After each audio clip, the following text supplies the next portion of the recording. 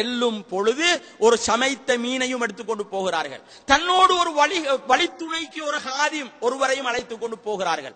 அப்படி போய் போய் போய் போய் இருக்கும் பொழுது ஒரு இடத்திலே ஒரு கல் குகை உள்ள ஒரு இடம் உண்டு கடலோரத்திலே.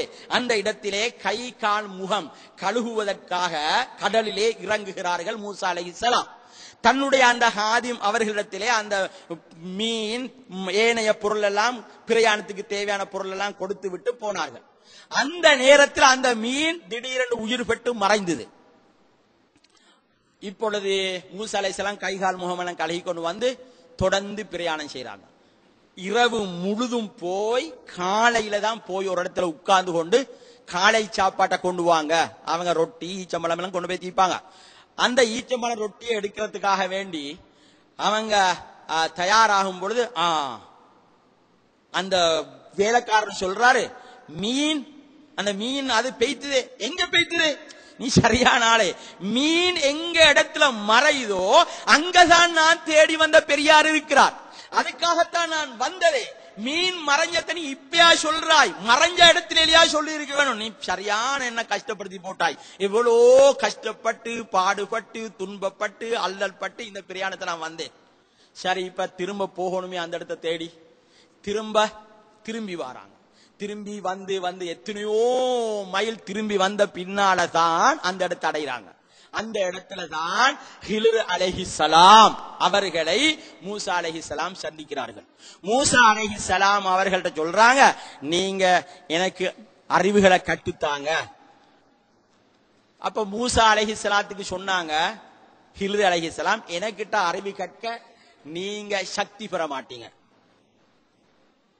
ஃபலன் ஜஸ்ததிய அலைஹி சபுரா சூரத்துல் கஹ்ஃப்ல வருகிறது இந்த வரலாறு. என்னட்ட அறிவு பெற நீங்க பொறுமையாயிக்க மாட்டீங்க. இல்ல, நான் பொறுமையாக இருப்பேன், நான் அமைதியாக இருப்பேன், நான் அடக்கமாக இருப்பேன் என்றெல்லாம் சொன்னாங்க. அப்படியா?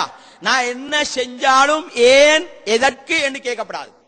நான் ஒன்னும் கேட்க மாட்டேன், ஒன்றுமே கேட்க மாட்டேன். நான் அப்ப அப்படின்னு என்னோட வாங்க கடல்ல வார ஒரு கப்பலை கூப்பிட்டு அதுல ஏறி கொண்டு போறாங்க. அந்த கப்பல் பேத்து ஒரு துறைமுகத்தை அடைய போகுது.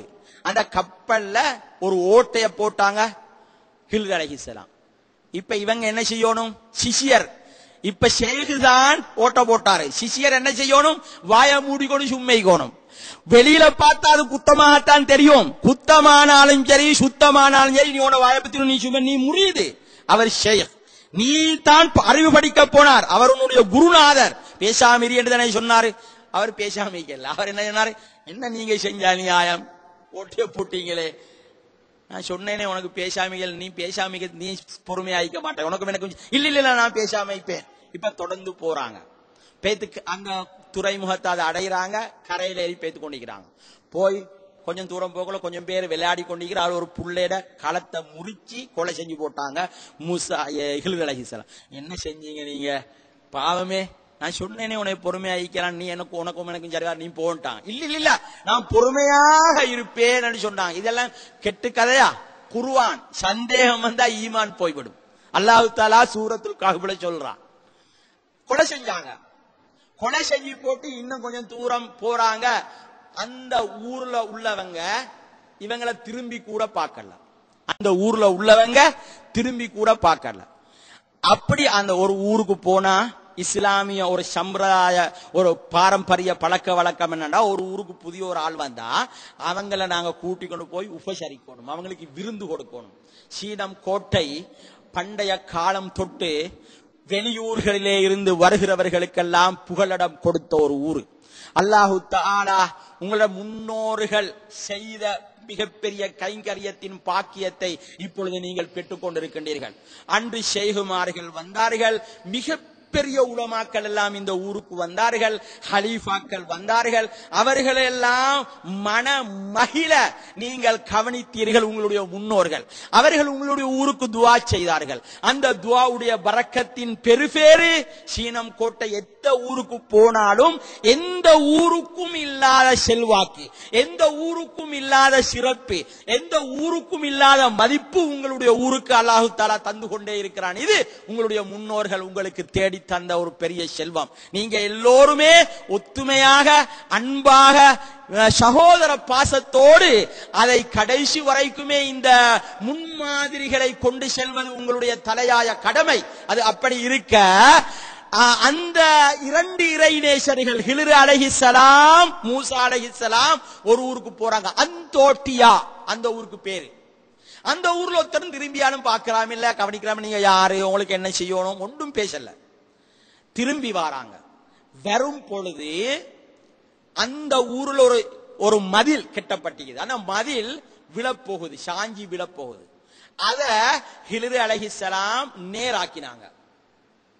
இவரை சொல்றாங்க மூசா அலைஹிஸ்ஸலாம், நீங்க எதுக்கு அதை நேரையாக்கினீங்க? 500 மக்கள் எங்களை திரும்பியாலும் பார்க்கல. அப்படியான ஊர்ல இருக்கிற இந்த மதில் விழுந்தா என்ன, இருந்தால் என்ன? நான் சொன்ன உங்கள்ட்ட ஒன்றும் சரிவார்ல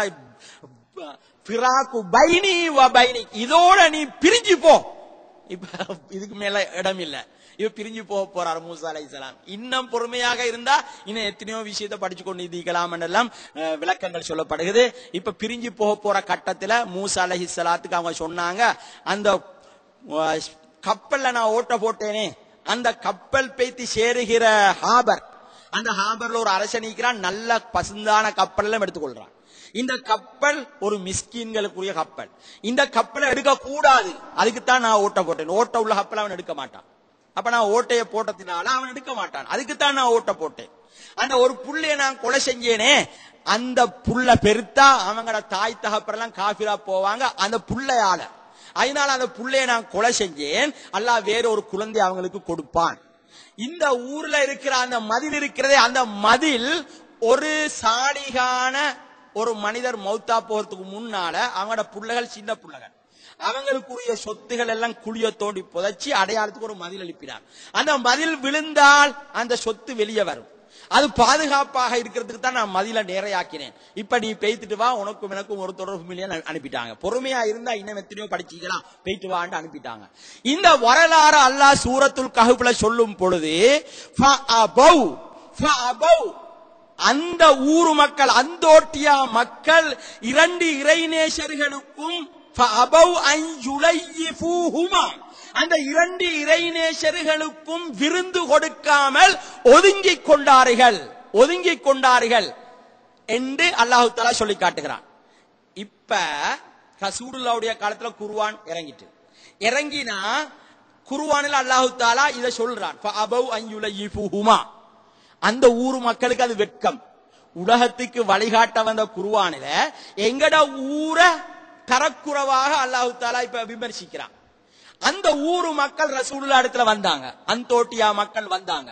வந்து ரசூலுல்லாஹ் ஸல்லல்லாஹு அலைஹி வஸல்லம் அவங்கள்ட்ட சொன்னாங்க, அல்லாஹ்வுடைய தூதரே, எங்கட ஊர்ல இருக்கிற எல்லாரும் இஸ்லாத்துல வருவோம், நீங்க ஒரு வேலை செய்யணும். ஸல்லல்லாஹு அலைஹி வஸல்லம் கேட்டாங்க, என்ன வேலை செய்யணும்? எங்கட ஊரை பற்றி உங்களுக்கு வந்த குர்ஆன் வஹீல வருகிறது, ஃபஅபவ் அன் யுலயிஃபுஹுமான் வருது. அந்த ஃபஅபவ் என்ற அந்த வார்த்தை இருக்கிற பேல கீழாளிக்கிற நொக்கத்திக்குது. அந்த ஒரு நொக்கத்தை அதை மேலால தூக்கி வச்சு இன்னொரு நொக்கத்தை வச்சா ஃபஅதவ் அன் யுலயிஃபுஹுமா.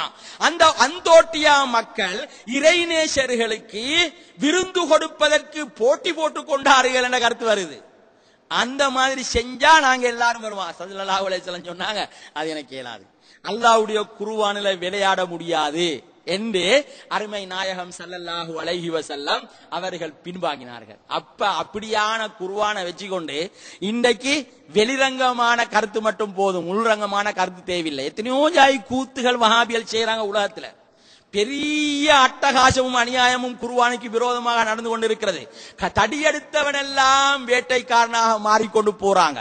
வெளிரங்கமான கருத்து மட்டும் போதும், உள்ரங்கமான கருத்து தேவையில்லை. அப்படி என்று சொன்னால் ஹுன்ன லிபாசுன் லகும் வ அன்தும் லிபாசுன் லஹுன்ன. மனைவிமாறு கணவன்மாருக்கு ஆடை, கணவன்மார் மனைவிமாருக்கு ஆடை. வெளிரங்கமான கருத்தை மட்டும் பின்பற்றா ஒரு கணவனும் மனைவியும் உரியானத்துல போகலாம். கேட்டா குர்ஆன் ஓதி காட்ட வேண்டியதானே, அவ எனக்கு ஆடை நான் அவக்கு ஆடை, அப்படியா? வெளிரங்கமான கருத்து.